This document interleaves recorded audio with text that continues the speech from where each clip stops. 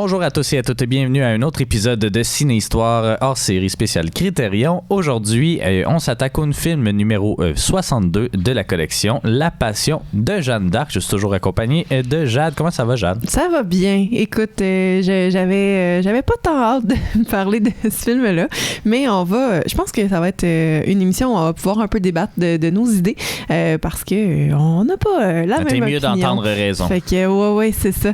Non, mais ça existe là, des fois des films que moi j'ai plus appréciés, que toi moins.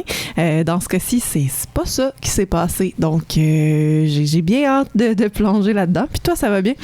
Ben oui, comme toujours. Il fait frais. Oui, il fait très froid. Mais il fait sûrement pas froid au moment où vous écoutez cette émission, parce qu'on sait pas trop quand est-ce que ça sort, mais c'est assurément pas quand on l'a enregistré. Numéro 62, numéro 62, un film, notre plus vieux film jusqu'à présent dans la collection de 1928. Non, Nanook, c'était 22. Pas 32? Non, c'est peut-être 22. Non, c'est 22, t'as raison. Voilà, donc notre deuxième plus vieux film de la collection. C'est un film de Carl Theodor Dreyer, un réalisateur danois, qui a 6 films, si je ne m'abuse, dans la collection, et dont un coffret, notamment de 4 films, ou je sais pas trop, là, dans la centaine, dans les numéros 100, quelque chose. Donc voilà, mais celui-là, c'est un film muet, pas mal un des derniers films muets d'envergure, disons, en 1928. Là, on le sait, là, si vous avez écouté notre podcast sur les Oscars aussi, on a parlé un peu de cette transition du noir et... pas du noir et blanc, mais du film muet au film parlant. Exactement. Donc ici, c'est ça. Dreyer, qui en plein 1928, il a commencé le tournage un peu avant, évidemment, mais fait ce film muet-là qui a influencé beaucoup, en tout cas, qui est comme marquant dans l'histoire du cinéma plusieurs égards. Donc, on va pouvoir essayer de voir pourquoi, puis essayer de voir si on est d'accord ou non sur son statut dans l'histoire du cinéma. C'est une très belle édition, je crois, Criterion. Là, encore une fois, je peux parler un peu des mentionner les bonus, mais on va y revenir un peu là, sur leur importance puis leur pertinence, disons, au sein de cette édition-là. Donc, on a le Blu-ray à la maison. C'est une restauration 2K, donc une restauration digitale qui a été faite par Gaumont, qui présente le film en 24 frames per second, donc images par seconde, ou FPS même. Mais il y a également la présentation du film à 20 images par seconde avec les intertitres originaux en danois, donc parce que les autres c'est en français. Donc il y a 2 versions, on va pouvoir vous expliquer un peu pourquoi il y a ces 2 versions-là. Il y a également 3 bandes annonces, trame sonore, ouais. Parce que qui dit film muet dit pas de son. Donc il y a plusieurs façons d'interpréter ce film-là musicalement. Donc il y a une trame sonore de Richard Earhorn qui s'appelle Voices of Light, une de Will Gregory et Adrian Utley et une composée par la pianiste Mie Yanashita. Voilà. Des commentaires audio qui datent de 1999 par Casper Tieberg, donc un film scholar là, encore une fois. Une entrevue à la fois avec Earhorn et avec Gregory et Utley pour parler justement de leur processus créatif pour composer la musique.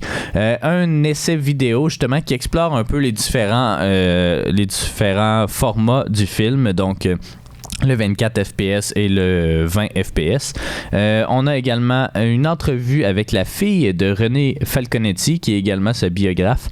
Donc, Hélène, voilà, Falconetti. Une entrevue qui a été faite... attendez, j'entends des clics dans mes écouteurs, mais en tout cas, ça doit être juste la qualité de mes écouteurs. C'est ça, c'est une entrevue qui a été faite en 1995 par Einhorn, qui fait la trame sonore Voices of Light. Il y a également une petite histoire sur la perte puis la redécouverte des bobines originales. Et il y a la bande de... il y a aussi des images, c'est pas des images, là, mais c'est des photos animées, disons, là, du production design, là, donc des décors, des photos sur le tournage. Une bande-annonce et puis un essai par le critique Marc Lefanu, ainsi qu'un commentaire, un statement. Tu sais quoi un statement? Mon Dieu, je suis pas bonne à brûle pour point, là, comme ça. Statement, en tout cas, là. Une déclaration. Ouais, une déclaration de Carl Theodor Dreyer, justement, qui avait joint lors de la sortie officielle du film en 1928-29. Et puis, ainsi que le libretto. Donc, libretto, je pense que c'est un terme italien qui veut dire livret ou quelque chose comme ça, là, mais c'est essentiellement là, le texte, entre guillemets, de la version Voices of Light, là, parce qu'il y a des chants grégoriens et des trucs comme ça. Donc, voilà, c'est une édition quand même assez complète du film. Un film qui suit justement la martyre, Jeanne d'Arc, la sainte maintenant, Jeanne d'Arc, qui ben, c'est ça, on retrace. Ça se passe comme en une journée, là, alors que dans les faits, c'est pas comme ça que ça s'est passé, mais ça retrace essentiellement son procès pour hérésie, peut-être, probablement. Son procès, puis justement, qui l'a mené au bûcher, puis l'élévation de la martyre qu'elle est. Donc, c'est essentiellement ça. Donc, on s'éloigne un peu des représentations traditionnelles de Jeanne d'Arc en armure qui se bat contre les Anglais, de l'Illuminé, ou tu sais, en tout cas, il y a bien des affaires qui sont nouvelles dans cette représentation de Jeanne d'Arc-là. Peut-être comme... Je sais pas par quoi commencer exactement. On donne pas nos impressions... Bon, on peut donner juste nos impressions générales du film, puis on va spinner là-dessus. Là. Puis on va plonger plus tard.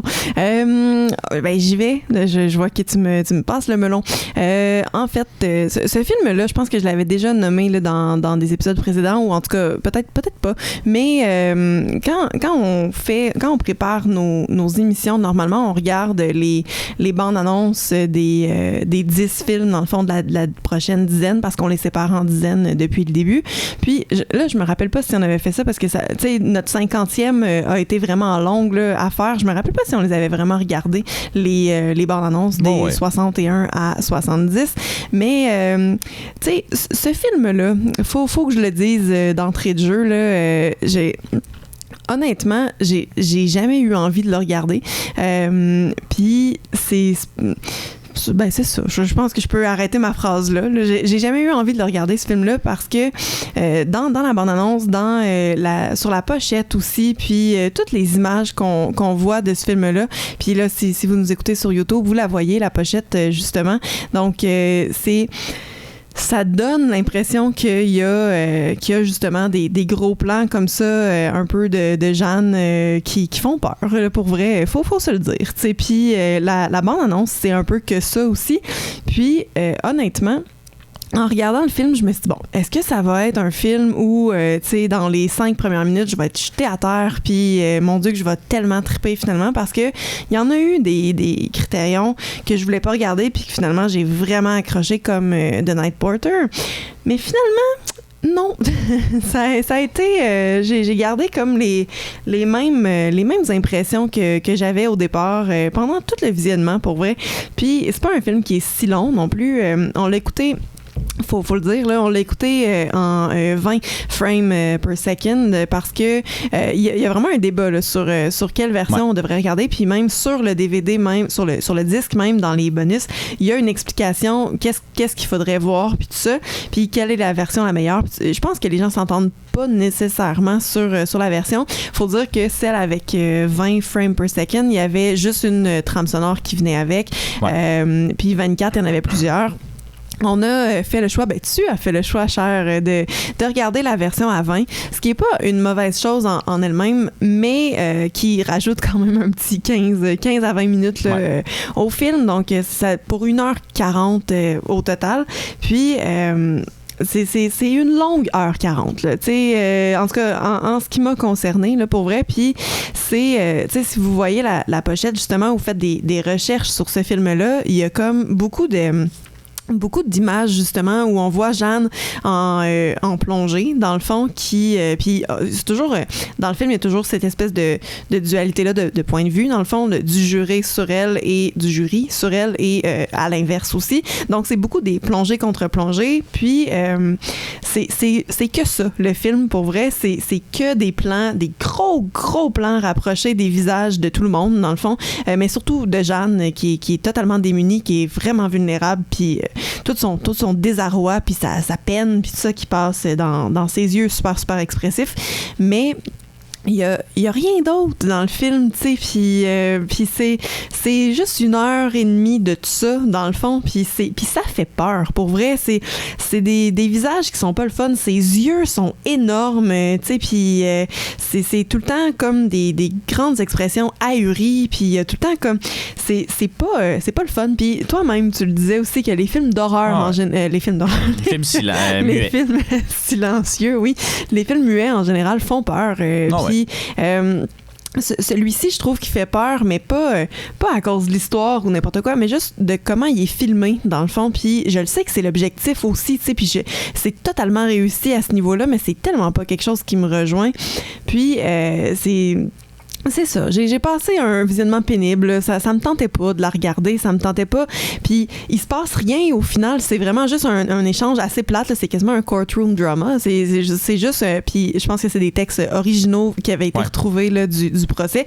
Donc on a vraiment cet accès qui est privilégié là à ce qui se passe. Mais c'est fait d'une façon tellement angoissante, ça fait peur, pour vrai, ce film-là, mais juste à cause des gros plans sur les visages, des gros plans sur les yeux, les larmes qui coulent, puis tout ça, puis on n'a rien d'autre que ça pendant le film, sauf d'autres moments où on va dans la chambre de torture ou quand on est dehors vers la fin du film avant qu'elle aille sur le bûcher, mais...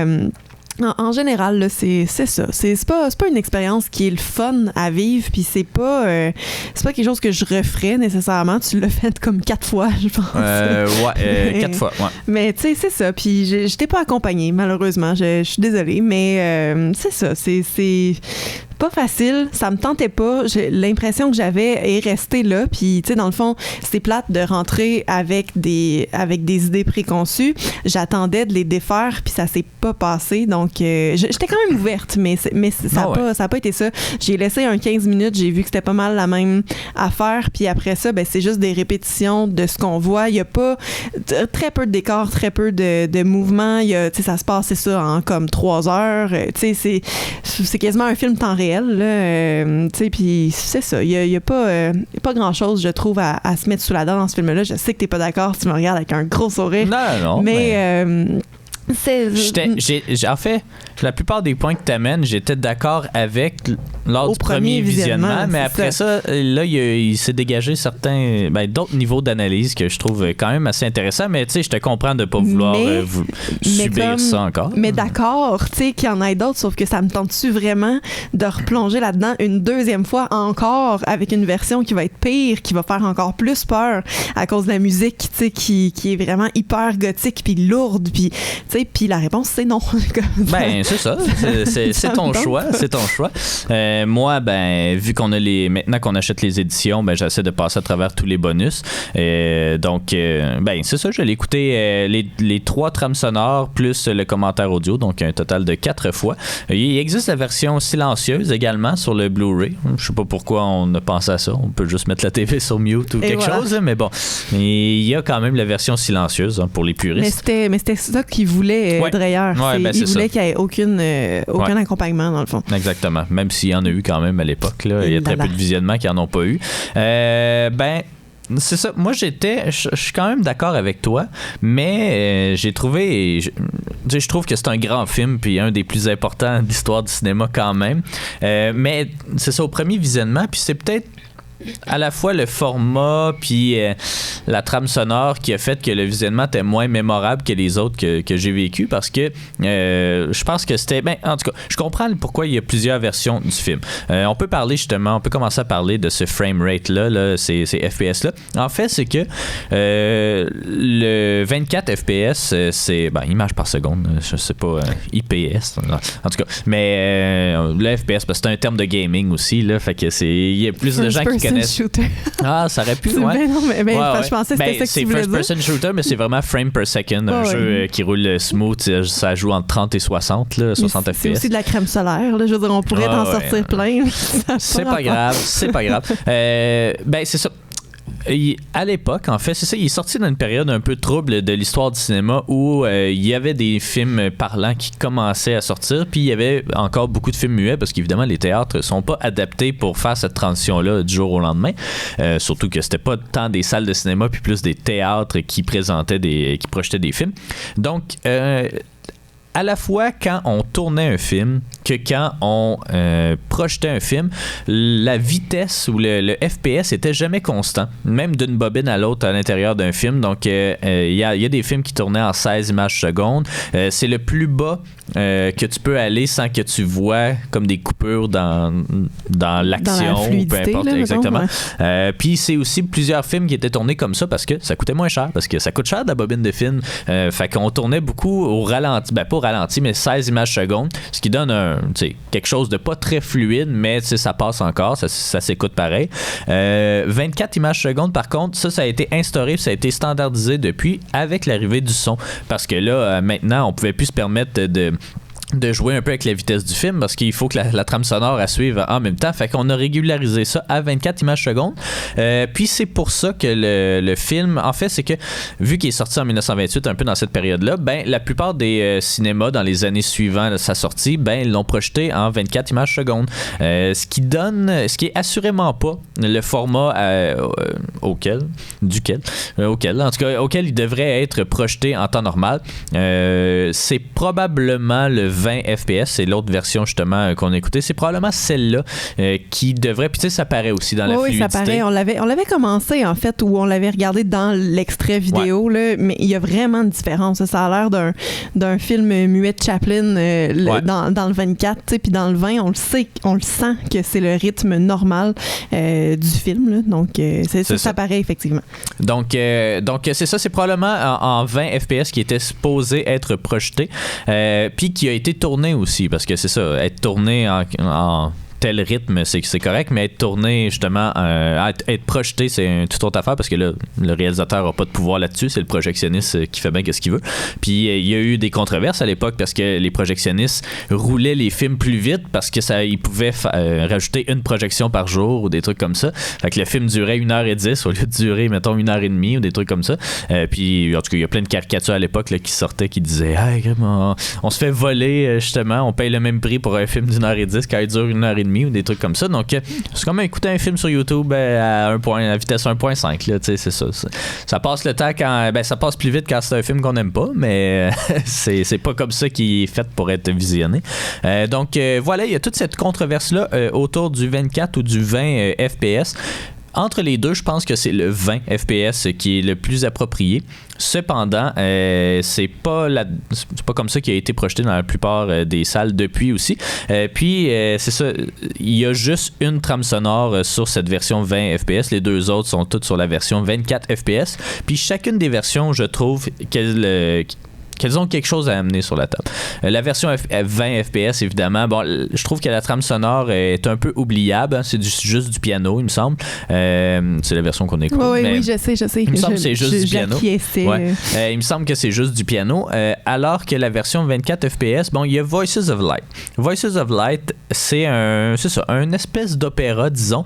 C'est Anne Horn qui a écrit ça en 80, en tout cas, fin des années 90, je pense peut-être début 2000. Donc, puis un peu comme tu l'as mentionné un petit peu, là, la plupart des dialogues dans le film sont tirés des minutes, donc du procès verbal, des nombreux du procès, mais des nombreux interrogatoires de Jeanne d'Arc. Là, lui, il a fait à peu près le même processus créatif pour trouver justement qu'est-ce que ces acteurs allaient chanter. Il est allé fouiller dans des poèmes, dans des livres de l'époque, dans des d'autres truc officiel, en tout cas, peu importe, qui abordait justement Jeanne d'Arc. Puis il l'a fait chanter en fait, puis c'est pour ça qu'il y a comme plusieurs langues. Des fois il y a du vieux français, des fois, en fait il y a juste deux langues, là, mais il y a du vieux français puis il y a du latin. Puis dans justement l'édition Criterion, dans le petit livret, on a justement ces paroles-là, en vieux français / en latin, puis une traduction anglaise à côté. Puis j'avoue que si vous voulez, moi je l'ai écouté justement en regardant mon petit livret, là, puis c'était vraiment le fun à lire. C'est inscrit justement de quel de quelle archive s'est tirée cette parole-là, mettons tel poème d'une femme, une femme féministe, une poète féministe de l'époque 13e siècle, mettons. Ben, ça se peut pas, là, parce que ça se passe au 15e, là, mais en tout cas, quelque chose comme ça. Tu sais, t'avais des trucs, des documents officiels de Charles 7, je pense, 7 ou 8, là, je sais plus lequel, okay. Qui était le roi pendant que Jeanne était là. En tout cas, t'as plein de trucs comme ça. T'en as des un peu plus récents aussi, 19e siècle, là, des essais qui parlent de Jeanne d'Arc. Bon, c'est très très dur à suivre, même en français, là, parce que c'est du vieux français, là. On comprend rien, il y a des lettres muettes un peu partout. Mais ok, tu parles du texte, là, en tant que du texte, mais même l'opéra aussi. Mais c'est ça, parce que de l'opéra, c'est quand même, faut que tu sois sharp, là, pour catcher tous les mots. Même quand c'est en vrai français, il faut que tu sois sharp pour catcher. Fait que là, c'est en vieux français puis en latin. Fait que mes cours de latin sont très très loin. En fait, j'en ai jamais eu. C'est ça l'affaire. Fait que, mais honnêtement, je crois que c'est la meilleure version pour visionner le film. Le Voices of Light, c'est celle qui colle le mieux à ce qu'on voit à l'écran. Est très, tu sais, il a pas voulu faire nécessairement de la musique du Moyen-Âge, le Herhorn. Il discute là, justement dans l'entrevue qu'il donne pour Criterion. Il a voulu faire un projet vraiment plus universel, mais tu sais, qui rappelle un peu inévitablement l'Église. Il voulait faire un projet religieux à la base, puis là, c'est là qu'on lui a proposé La Passion de Jeanne d'Arc. Puis c'est ça, il est allé lui-même voir là, dans les minutes du procès-verbal, puis il a fait, finalement, Dreyer, il a pris tous les meilleurs one-liners, puis il me reste plus grand-chose parce qu'il voulait faire ça à la base aussi, faire chanter les procès-verbal, puis finalement, ben, c'est pas ça que ça a donné. Donc... c'est ça, il a voulu vraiment rehausser... Ben, il voulait pas nécessairement rehausser l'émotion d'une scène parce qu'il trouvait qu'il y en avait beaucoup de l'émotion dans chacune des scènes, mais il voulait plus ajouter de la profondeur, ajouter de la nuance un peu, tout en restant sincère au film. Puis c'est ça, la musique est assez... Ben, tu sais, tu disais que tu penses que c'est la version qui faisait le plus peur. Voices of Light? Ouais. Non, mais je le sais, là, que tu me disais l'autre, mais c'est vrai, que l'autre est pire, mais c'est parce que, en fait, Voices of Light, tu m'en as fait écouter des bouts que je regardais pas l'écran, là, faut s'entendre, puis c'est vraiment, c'est ça, c'est très lourd, c'est très gothique, ça fait ben, tu disais, ça fait Seigneur des Anneaux, quasiment, tu sais, c'est des gros éclats forts, puis profond puis tout ça, puis c'est ça, c'est pas un style que j'affectionne tant que ça nécessairement. Puis l'autre version, tu sais, j'étais super loin là, pour Voices of Light, j'ai regardé un peu, pour l'autre j'ai rien vu là, mais tu sais, l'autre, je trouvais ça vraiment cool comme musique, en fait, c'était tout joyeux, ça rebondissait partout, puis c'est vraiment complètement contrastant avec la version de l'opéra, mais cela dit, je les ai pas regardés avec ça, puis parce que ça me tentait pas, là, on l'a dit tantôt, mais c'est ça, puis je sais que toi tu trouves que c'est l'autre, la troisième qui fait le plus peur là-dedans. Là. Ouais, mais tu sais, c'est normal d'avoir... En tout cas, moi, ça m'a toujours fait peur un peu de l'opéra, là, tu sais, je comprends rien. C'est une forme d'art qui m'est inaccessible, là, on dirait. Je suis pas assez un intellectuel pour adorer ça. J'ai vu des opéras au cégep, là, quand on faisait nos sorties d'art et lettres. J'ai vu des opéras qui étaient quand même super sympathiques, là. J'ai vu un Beaumarchais, genre Le Barbier de Séville, c'est super joyeux, c'est vraiment drôle. Mais j'aime pas ça. On a vu Roméo et Juliette, c'était très bon aussi. Mais j'aime pas ça, je trouve que ça crie trop dans un opéra, puis tu sais, je suis pas capable de suivre, je trouve ça agressant. Là, c'est pas un opéra, là. C'est vraiment juste comme des chœurs, un peu à la Seigneur des Anneaux, là, disons, mais tu sais, qu'il y a un texte quand même qui se discerne à travers tout ça. Donc, c'est ça. Mais la troisième version, avec la trame sonore de Gregory et Utley, c'est deux musiciens britanniques, en fait, de groupe. Il y en a un que c'est du trip-hop, en fait. Là, c'est un mélange de hip-hop et d'électro. De trap, je crois, ou trance, en tout cas, quelque chose. Non, mais je m'en fous, là, mais en tout cas, c'est ça. Fait que lui, il est plus dans l'électro, puis l'autre aussi, dans un membre de groupe d'un band alternatif. Puis, leur trame sonore à eux, c'est celle qui m'a fait vivre le plus d'émotions. C'est une trame sonore un peu particulière, là, c'est ça, il y a beaucoup de guitares électriques, il y a beaucoup d'effets d'électro, tu sais, c'est pas des instruments de l'époque, là. C'est pas baroque, c'est pas rien de tout ça, mais c'est celle qui, je crois, rehaussait le mieux chacune des émotions qui étaient à l'écran. Puis c'est ma version préférée, je crois. Ceci dit, je crois que la version la plus adaptée, puis si vous avez juste une version à écouter, ça devrait être celle avec le Voices of Light, malheureusement. Mais malheureusement pour toi, mais c'est ça. Chacune des versions se justifie. Donc, Voices of Light, la plus appropriée, celle qui fit le plus là, justement dans l'ambiance du film. La version de Gregory et Utley, la version donc qui est la plus émotive, je trouve, la plus puis tu sais, c'est une ambiance jazz assez particulière. Il y a des scènes qui sont vraiment rehaussées par cette musique là, donc voilà. Mais au niveau du visuel, c'est la version 20 FPS que je crois est la meilleure. Donc c'est pour ça probablement que Criterion, les gens qui ont conçu l'édition ne savaient pas trop quelle version mettre, sur quoi s'entendre, fait qu'ils ont décidé de mettre les trois. Puis je pense que c'est une excellente... Tu sais, il faut pas nécessairement les écouter back-à-back comme je l'ai fait non plus là, dans la même semaine. Mais tu sais, c'est un film qu'il faut revisiter une fois de temps en temps, puis que tu sais, tu peux avoir une expérience totalement différente selon l'habillage sonore, puis même l'écouter en version muette aussi. Les commentaires audio étaient muets, mais il y avait le commentaire audio par-dessus. Là. Fait que c'est ça. Mais tu sais, je pense que chacune des versions s'équivaut vraiment. Puis j'ai bien aimé ça, honnêtement. Puis c'est un film, là, puis on va parler justement d'autres choses qui sont propres au film. C'est un film qui mérite plus qu'un visionnement parce que effectivement le premier visionnement c'est un peu, je le compare un peu à Salo, mettons. Le premier visionnement c'est vraiment le visionnement en choc. Tu vis le film, tu vis l'espèce de mal-être des close-up du début à la fin. Il y a des close-up, puis il y a des fois des medium shots là. Fait que il n'y a jamais d'establishing shot, vraiment des gros plans. C'est les plus gros plans qu'il y a, c'est c'est quand on entre dans la chambre de torture, c'est quand même large là. C'est large, mais c'est pas un establishing shot là. Non. C'est ça, c'est un plan moyen là, c'est un petit panoramique. Mais c'est ça, il y a un travelling ou pan là-dessus. Ouais. Fait que mais il y en a aussi quand ils arrivent dehors, en tout cas, il y a une couple d'affaires, mais essentiellement c'est ça. Le premier visionnement, c'est le visionnement choc. C'est celui là que tu vois les gros plans de tout le monde puis que t'es comme c'est un peu bizarre comme film. Puis effectivement, puis tu sais, on en a parlé beaucoup tout de suite après avoir regardé le film. Est-ce que c'est tant pertinent d'avoir autant de close-up? Est-ce que ça perd pas justement son efficacité parce qu'il y en a trop? Parce qu'effectivement, tu sais, après, c'est pour ça que je disais, après 10-15 minutes, t'as compris, puis il y en a pas de nouveauté, tu sais, c'est que ça, sauf justement quand on sort pour aller dehors, puis pour la chambre de torture, où là, on n'est plus sur les visages, on est plus sur les corps, puis tout ça, mais ça se perd, oui, à mon avis, puis, tu sais, je comprends la pertinence d'avoir des plans rapprochés sur les visages pour exprimer toutes les émotions que tu veux faire passer, ça marche, comme ça, faut le dire, sauf que à un moment donné, tu te perds là-dedans parce que ça fait juste revenir tout le temps, puis il n'y a rien de nouveau qui est amené nécessairement.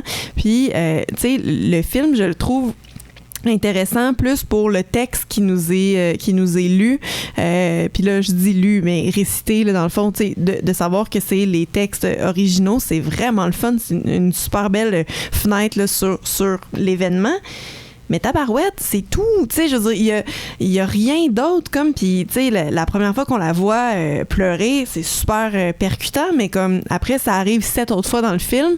Tu sais, ça perd un peu de son lustre. Là. Bon, ben, c'est ça. Tu sais, j'étais généreuse, mais tu sais, c'est ça. Puis, c'est de la voir tout le temps démunie, mais qui sait pas trop comment réagir aux questions, puis tout ça, qui pleure de temps en temps, qui a des super gros yeux, qui de temps en temps va regarder à terre pour on sait pas trop quelle raison, réfléchir, revenir, se relever à la tête, être super lente, puis répondre des affaires qui ont pas d'allure.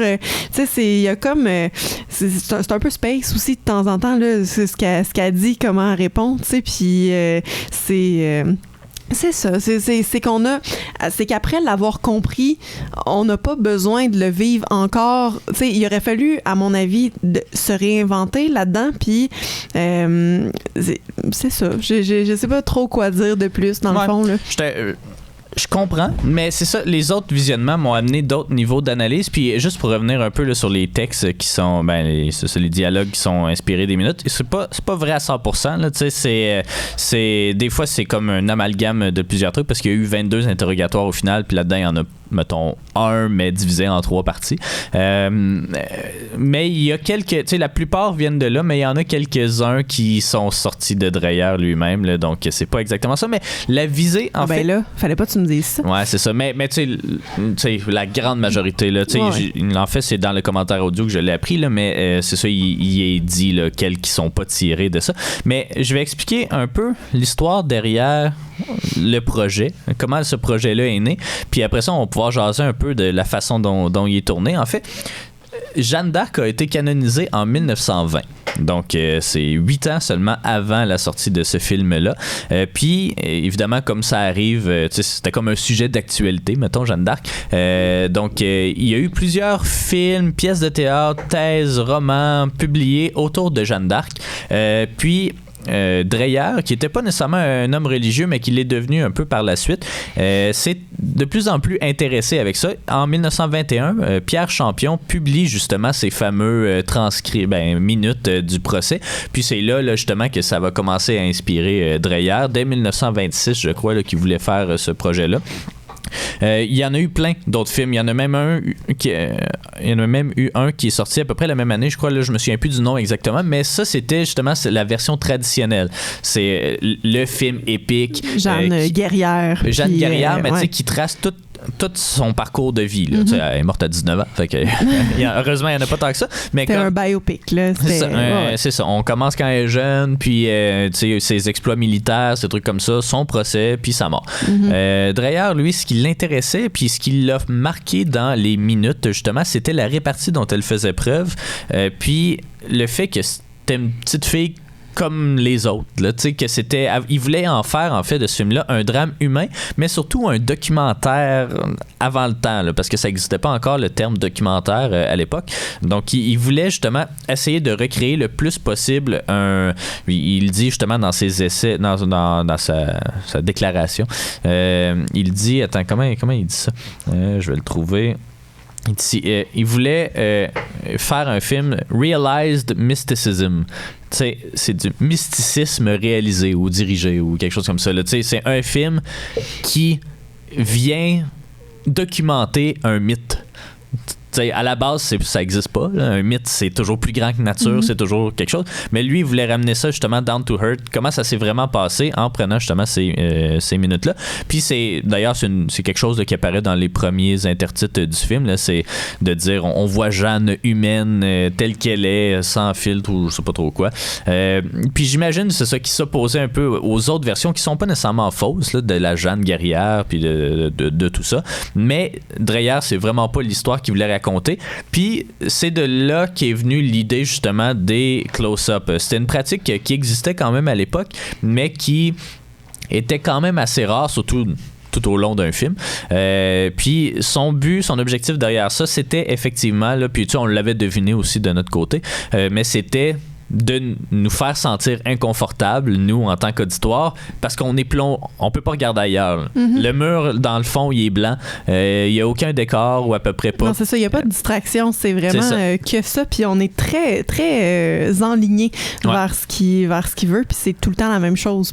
C'est tout le temps la même chose, mais c'est ça. Il veut nous faire un supplice un peu comme genre La Passion du Christ, en fait, Mel Gibson, que t'as pas vu anyway, là, mais tu sais, c'est 2h30 de torture à peu près. Non. Mais là, la torture, entre guillemets, il n'y en a pas de torture dans Jeanne d'Arc. Là. Il y a des menaces de torture. Ben, il y a une scène là, qui est moins le fun, c'est très, très plate à dire, là, mais qui est une scène d'ailleurs qui est totalement vraie, là, sans aucun effet spécial où on la voit, c'est pas l'actrice qui a vécu ça, mais c'est quelqu'un d'autre là, qu'on la voit sur une table, quasiment un étal, là, puis elle se fait transpercer le bras pour qu'on recueille son sang dans un bol. On fait le saigner. Ouais, ben c'est ça. Puis tu sais, pour vrai, puis je l'ai dit, puis là, je le dis, puis j'ai des petits feelings pas le fun, là, mais tu sais, je le disais quand on le regardait, je fais beaucoup de dons de sang dans la vie, je fais beaucoup de dons de plasma, puis ça, je suis habituée de me faire punctured, tu sais, à la même place, là, dans le fond, puis à chaque fois que j'y vais, je le regarde, tu sais, puis ça me dérange pas, puis c'est super correct, puis ça, le voir dans un film, le voir à la télévision, là, à chaque fois que je vois l'espèce de moment où ça rentre, là, puis même, là, ça, c'est une vraie, là, mais tu sais, comme toutes les fois dans le cinéma où c'est pas une vraie dans le fond puis que tu le sais là. Mais j'haïs ça m'écoeure, puis dans ce cas-ci c'est vraiment pire en fait parce que on pense que c'est pas vrai dans le fond, puis tu sais là t'as le bol qui est comme vraiment une espèce de méga gicle de sang là qui essaye de prendre avec le bol qui met en angle puis tout ça, puis là tu dis ok tu sais poche de whatever, de ketchup, qu'importe, non puis c'est ça, pauvre personne qui ont dû vivre ça, tu sais, puis c'est pas le fun à regarder pour vrai, tu sais, puis c'est foncé, le film est en noir et blanc, mais c'est très foncé, c'est super épais, on catch là que... Fait que ça s'inscrit justement dans cette visée du documentaire là, de faire de quoi de plus d'authentique possible. Puis ça passe même dans la création des décors et des costumes. C'était des costumes d'époque puis des décors, tu sais, qu'ils voulaient pas en plâtre, ils voulaient vraiment en ciment puis en béton puis des trucs comme ça. C'est un film qui a coûté extrêmement cher à faire. Puis au final, il n'a rien utilisé de tout ça. Il voulait juste créer une espèce d'ambiance sur le plateau, là, justement, de réalisme. Tu sais, puis il demandait... Le tournage a duré 6 mois, je pense, quelque chose comme ça. Pour quelque chose qui a l'air de durer 3 jours. Mais là. il a demandé à tout le monde d'être disponible pendant ces 6 mois-là, puis de rien faire d'autre. Il fallait, puis tu sais, même les gens, les extras ou les acteurs qu'on voit dans une scène ou deux, même eux autres, ils devaient être disponibles pendant les 6 mois de tournage. Ils ont tourné aussi tout le long. Ils ont tourné de façon chronologique le film, en fait. Puis c'est ça, puis tu sais, il y a quand même des acteurs connus là-dedans. Là. Falconetti, l'actrice qui joue Jeanne d'Arc, bon, c'est son seul film, mais elle était connue de la comédie française et tout. Il y a Michel Simon, qui est un pilier quand même du cinéma français, du début du cinéma. Il y a 2 plans sur lui, mais il a fallu qu'il soit là pendant 6 mois.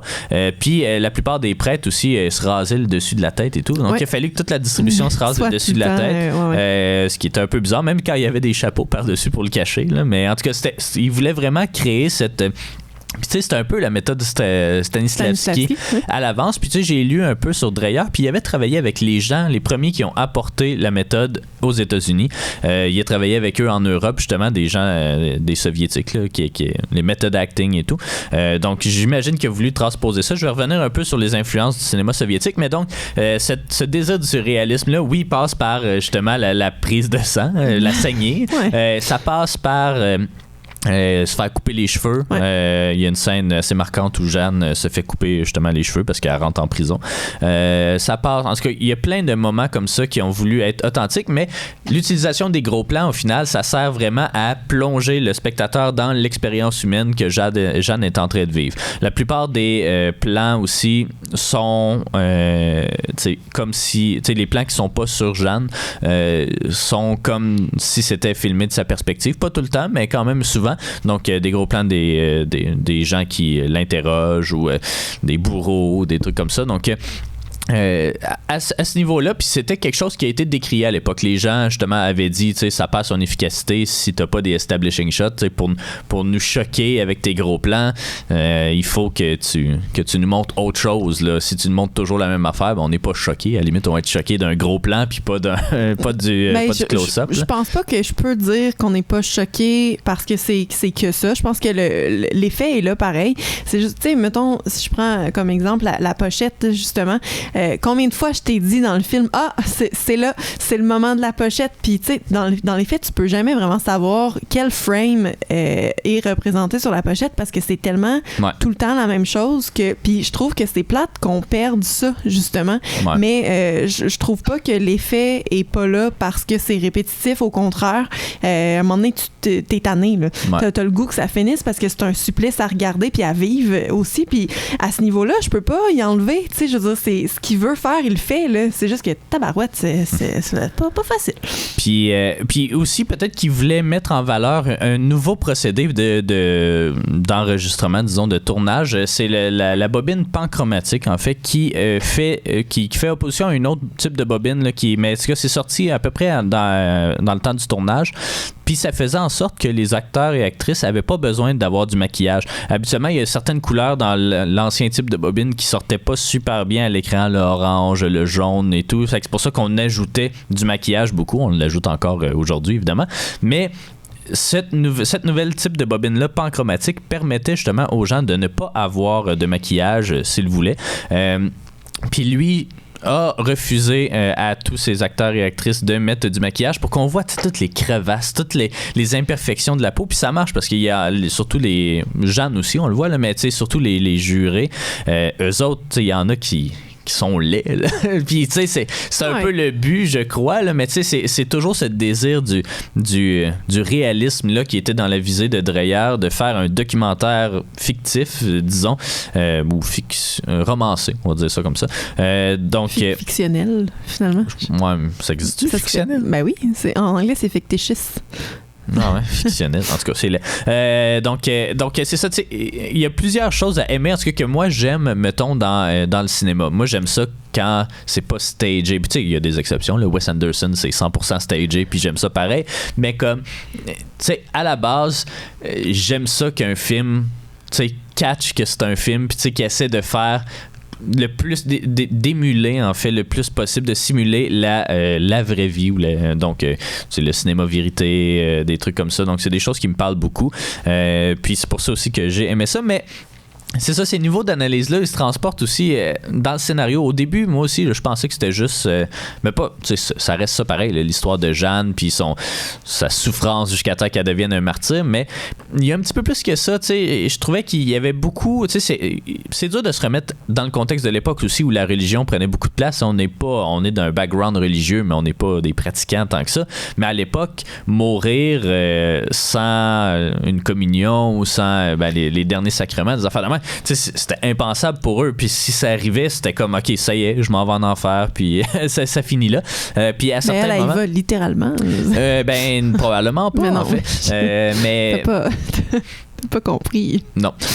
Mais c'est ça. Fait qu'à certains moments, il y a du chantage de la part. Puis, tu sais, c'est pas trop clair non plus qui sont les personnages. Tu sais, ils ont tous des noms parce que c'est quelque chose d'historique, mais ils sont jamais mentionnés. Mm-hmm. Fait que c'est un peu dur de savoir, tu sais, dans un visionnement, OK, ça, c'est un juge. OK, ça, c'est un juré. C'est un prêtre. Ça, c'est un bourreau. Ça, c'est un garde. Mais je pense que c'est pas tant important. Tu sais, l'important, c'est plus de montrer l'opposition entre Jeanne puis tous ces gars-là. C'est ce que je pensais. Mais c'est pas exactement vrai parce qu'il y a Antonin Artaud là, qui est un acteur, poète, auteur, ben des affaires du théâtre français, qui joue justement un des jurés qui est presque prêt à croire Jeanne dans les faits. Puis, tu sais, il y a toute cette trame narrative-là que j'avais pas en tout vue dans le premier visionnement, puis qu'il m'est ressorti un peu plus tard. Mais, tu sais, lui, il est toujours réticent un peu à comme, tu sais, il essaie de la protéger un petit peu ou de l'amener à dire, tu sais, quelque chose pour sauver sa vie au lieu de mourir. Puis, au final, il est un peu un traître lui-même parce qu'il va y offrir les derniers sacrements auxquels elle n'a pas droit, en théorie, parce qu'elle n'a pas... elle a comme... Parce qu'à un certain moment, elle abdique, puis elle dit OK, c'est bon, je vais signer ton papier qui dit que je suis le diable. En fait, oui, c'est ça. Mais non, mais c'est pas tant ça. L'affaire, c'est qu'elle revient sur sa position. C'est quand même triste, ce moment-là, pour vrai, parce que c'est pas juste qu'elle dit OK, ben je vais signer votre papier. C'est que, d'une part, elle dit OK, ben tout ce que je vous ai dit, c'est un mensonge. J'ai jamais eu d'hallucination. J'ai d'image, là, dans le fond, de Dieu, tout ça. Je suis pas sa messagère, dans le fond. Je vais signer votre papier, mais il est très pas capable de comprendre ce qu'elle lit. Eux autres, ils font à croire que c'est le roi qui a signé quelque chose aussi. Il y a tout un subplot que j'avais pas tant compris, là, mais tu sais, justement, oui, il y a cette lettre-là du roi qui fait comme du chantage, mais dans la lettre, ça dit tu sais, je m'en viens sur Rouen, on va se battre, puis on va te libérer. Puis à un certain moment de l'interrogatoire, comme, tu sais, il demande est-ce que Dieu t'a dit que tu allais sortir d'ici? Elle dit oui. Comment? Comme une grande victoire. Puis là, il dit puis toi, tu vas être libéré. Puis elle dit oui. Puis là, tu sais, évidemment, celui qui a falsifié le document est comme bon, mais tu sais, j'y ai joué dans la tête parce que j'y ai. Tu sais, c'est basé sur rien. Mais au final, ça se rechange vers la fin parce que le prêtre qui est le juré là, qui est en sa faveur, il dit mais là, t'avais ta grande victoire. Puis elle fait comme ma grande victoire, c'est le fait que je vais devenir une martyre. Ouais, puis comme ta délivrance, c'est la mort. C'est la mort. Mais c'est ça. Ouais. Mais je trouve que le moment où sais, qu'elle se repent, si on veut, dans le fond, il est super triste parce que c'est comme si elle pilait sur toutes ses convictions pour dire comme, OK, vous avez gagné, puis ça. Pas parce que... Puis, je sais pas si on a vraiment, tu sais, le pourquoi elle le fait, dans le fond, parce que là, après, elle est condamnée à une vie en prison, tu sais, puis là, elle a comme un change of heart vers la fin, puis elle dit, finalement, non, je vous ai menti quand je vous ai dit que je vous avais menti, puis, tu sais, puis là, elle retourne dans ses trucs, puis, tu sais, consciente de ce qui l'attend, puis je trouve quand même que ça, c'est quasiment plus beau que le moment où elle abandonne tout, tu sais, elle abdique sur toutes ses positions, puis c'est quand même c'est comme pas le fun à regarder. Ah oui, mais j'ai trouvé ça très triste comme film, très, très triste. Tu sais, il y a plusieurs parallèles aussi avec la vie de Jésus. Tu sais, à un moment donné, elle se fait narguer en prison par c'est joli. Mais Jésus aussi, il s'était fait... en tout cas, niaiser un peu comme ça. Il se fait mettre la couronne d'épines sur la tête, justement, alors qu'elle aussi, Jeanne, elle se met une couronne. Vers la fin aussi, où elle s'en va sur le bûcher, quelqu'un lui donne de l'eau, mais tu sais, il y a quelque chose qui est la même affaire, le Saint-Suaire, puis le Graal. Ben, pas le Graal. C'est ça, le Graal? Non, c'est pas le Graal. Le Graal, c'est Arthur. Ça pas, mais c'est Jésus. C'est dans la coupe dans laquelle il a bu à la dernière scène. Mais en tout cas, c'est parce qu'il se fait donner de l'eau, je pense, quand il porte sa croix, quelque chose comme ça. Puis, tu sais, il y a des parallèles, parce que les deux, c'est un peu des martyrs de l'autorité justement religieuse de l'époque. Mais c'est ça, c'est un film tellement triste, mais tu sais que je pense, mettons, que nos grands-parents le trouveraient encore plus triste parce qu'ils comprennent les enjeux religieux derrière tout ça. Tu sais, nous, on commence à le perdre tranquillement, là, ce bagage religieux-là. Mais tu sais, c'est ça, tu sais, essayer de gagner son ciel, tu sais, de toujours, là, tu sais, comme, est-ce que je mens pour finalement vivre puis avoir mes derniers sacrements, ou ben je reste fidèle à moi, puis tu sais, c'est tous des théologiens réputés à l'époque, c'est des évêques, des prêtres, en tout cas, c'est des gens qui, tu sais, c'est comme l'Église contre la religion pure, là. C'est un peu ça, ce bagage-là. Puis c'est tout un niveau d'analyse que, tu sais, quand tu le regardes, mettons, la première fois, t'es comme, OK, tu sais, c'est le drame d'une martyre, qu'elle a un procès injuste, puis elle se fait tuer au final. Mais c'est pas ça. Tu sais, c'est comme... C'est une crise pas existentielle, mais c'est comme, OK, est-ce que je meurs pour ma cause, ou est-ce que je veux sauver ma peau? Croire en ses convictions ou donner raison à quelqu'un d'autre. C'est ça qui est le plus touchant là-dedans. Puis c'est ça, il y a plein d'autres niveaux. Puis tu sais, t'as les prêtres, puis même la personne qui falsifie le document aussi, ça je l'avais pas tant remarqué, mais la personne qui falsifie le document, quand il s'aperçoit à un moment donné qu'elle a les derniers sacrements alors qu'elle serait pas supposée, il avoue, puis il sent un peu mal, puis il décide de pas interrompre le truc alors qu'il aurait dû. Mais tu sais, c'est ça, c'est qu'au final, puis c'est ça qu'on comprend pas trop quand on n'est pas familier non plus avec l'histoire de Jeanne d'Arc, parce que tu sais, c'est des religieux français qui s'attaquent à une religieuse française, mais c'est dans la guerre de 100 ans. Les Anglais ont reconquis, en fait, la ville de Rouen puis d'autres régions de France. Puis il y a comme des collaborateurs français, disons, qui travaillent à la solde des anglophones. Puis la plupart des représentations à l'époque, c'était pour montrer les Français. Donc, mettons le jury qui est présent dans ce film-là. Les Anglais leur promettent une récompense s'ils tuent Jeanne. Fait qu'ils sont plus représentés dans les autres films habituellement comme des gens avares qui trahissent un peu leur religion au profit de l'argent. Mais là-dedans, c'est pas ça. C'est vraiment... c'est un peu ça, mais c'est pas totalement ça. Mais tu sais, on comprend pas que c'est des Français qui travaillent à la solde des Anglais. On comprend pas même que les soldats, c'est des soldats anglais. Alors que, tu sais, on le voit un peu avec le casque, mais les casques rappellent surtout ceux des soldats allemands de la Première Guerre mondiale. En tout cas, il y a bien des affaires, mais comme il y a plusieurs choses qu'après le premier visionnement, il sert juste à faire, OK, là, je viens de vivre le film, je suis pas très bien avec moi parce qu'il y a trop de close-up, tu rentres dans l'intimité de quelqu'un, c'est pas le fun. Mais après ça, quand tu outrepasses ce choc-là, ben là, tu fais, OK, il y a une histoire derrière. Puis, tu sais, il y a des histoires complètes qui sont pas dans les intertitres. Justement, tout ça avec le prêtre. Il y a une des scènes au début aussi où il y a un juge qui vote contre, un juré qui vote contre une affaire.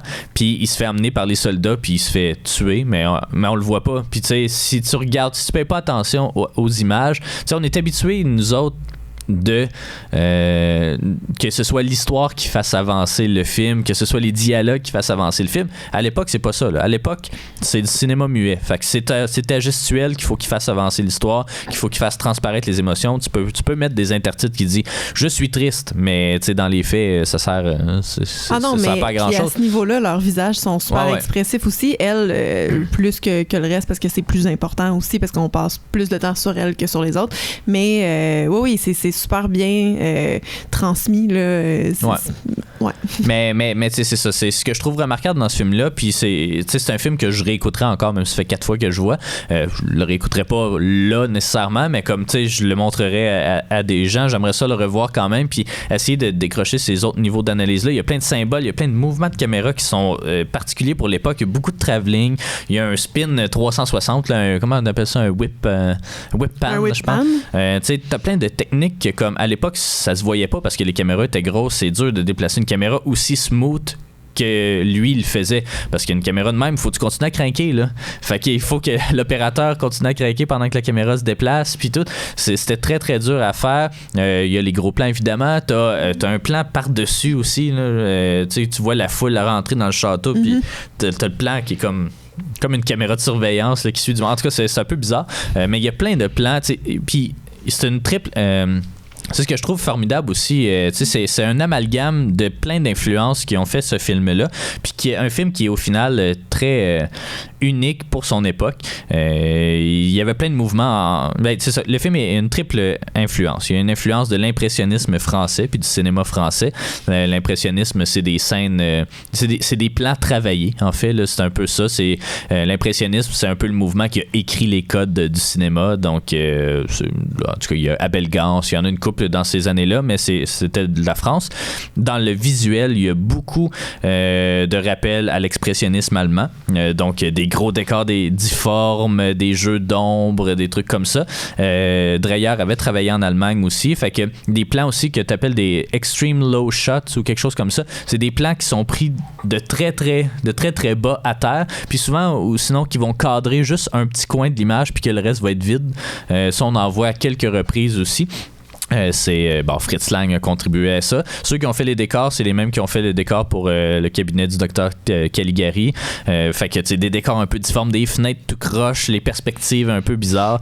Il y a ça. Puis la troisième influence, c'est le cinéma soviétique. Puis c'est son montage surtout, parce que il y a un montage très rapide dans Jeanne d'Arc, des plans qui s'alternent un peu.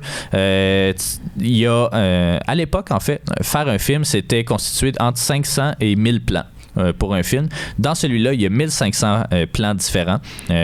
Puis, ça, c'est très inspiré de son idole à Dreyer, qui était Sergei Eisenstein, et surtout le Cuirassé Potemkin, qui est sorti en 1925. Cuirassé Potemkin, ça, c'est l'extrême. En 1h15, je pense que le film dure. Il y a 2000 quelques plans.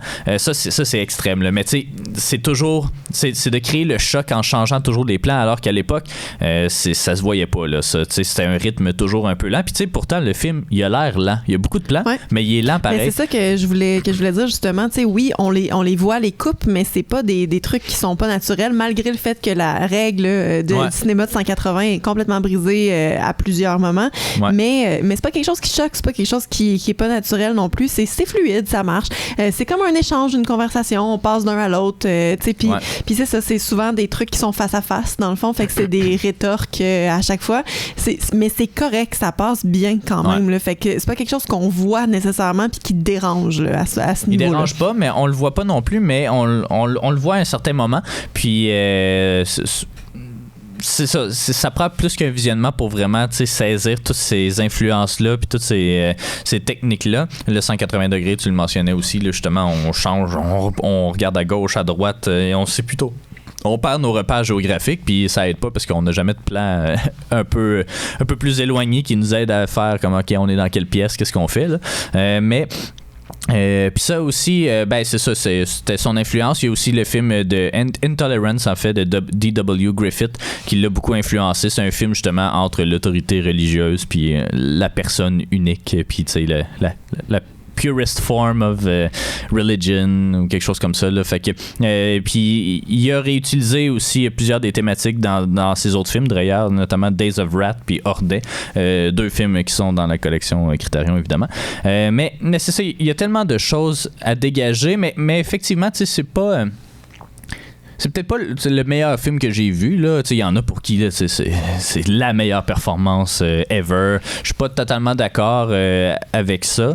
C'est pas non plus le meilleur film, mais c'est un film qu'on peut dégager beaucoup d'éléments, puis c'est ça que j'appelle un peu les masterpieces. Là. C'est des films que ils sont faits à l'époque pour une raison, mais que plus le temps avance, plus tu es capable de dégager d'autres éléments. Tu sais, Citizen Kane en fait partie. En tout cas, t'en as plein. Puis en disant ça, j'ai pensé à quelque chose, mais...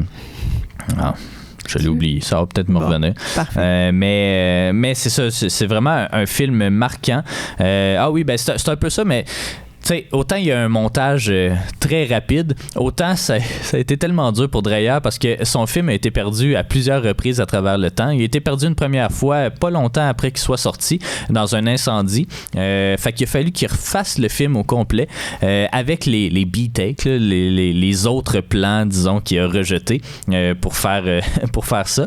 Cette version-là aussi a été perdue. Fait qu'il en a refait une 3e avec encore... En tout cas, ça a été perdu, mais le négatif original a été finalement retrouvé dans les années 80 dans un asile, en fait, en Norvège. Donc, c'est le propriétaire de l'asile qui était un grand fan de cinéma puis qui avait réussi à dégoter justement une première version originale du film, puis le projetait à ses amis puis des trucs comme ça, mais c'est ça, on y était retrouvé à sa mort. Puis là, c'est ça, c'est sur cette version-là que Criterion a basé toute sa restauration. C'est vraiment fou. Tu sais, la grande illusion aussi là, qui a été perdue pendant longtemps et qu'on a retrouvé. C'est un peu le but de Criterion aussi, de rendre disponible ce type de film-là pour être sûr qu'ils se perdent pas dans le temps. Mais c'est ça, une des façons de voir quelle version on écoute, c'est justement le sang qui revole du bras. Dans la deuxième version, il revole pas autant. Il fait juste couler un petit peu. T'as plein d'autres plans aussi qui sont pas les mêmes ou pas la même perspective. Fait que tu sais, c'est cruel d'avoir à replonger dans ton film puis faire OK, je vais prendre les scènes moins bonnes finalement qu'on a faites là. Fait que puis de le faire 2 fois. Il va être mort finalement Dreyer sans le savoir. Falconetti aussi, hein, rien joué d'autre que ce film-là et un autre film en 1917.